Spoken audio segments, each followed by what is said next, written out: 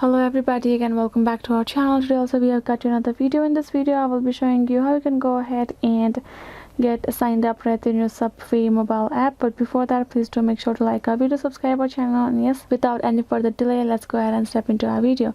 So if you want to do so, make sure you download and install the app. Then go ahead, tap on the Subway app, and now go ahead, tap on this sign up for a new rewards, and now select your country, tap on next option.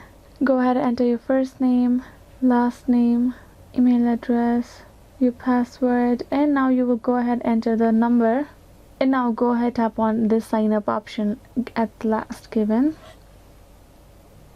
Once you do that, you will be able to create your account and get signed up right in Subway. So yes guys, once you add in all of your information, confirm email, you will be able to get back to your Subway like that and get signed up. So yes guys, this is it. I hope this video was helpful. Thank you so much for watching, and yeah, I'll see you guys next time.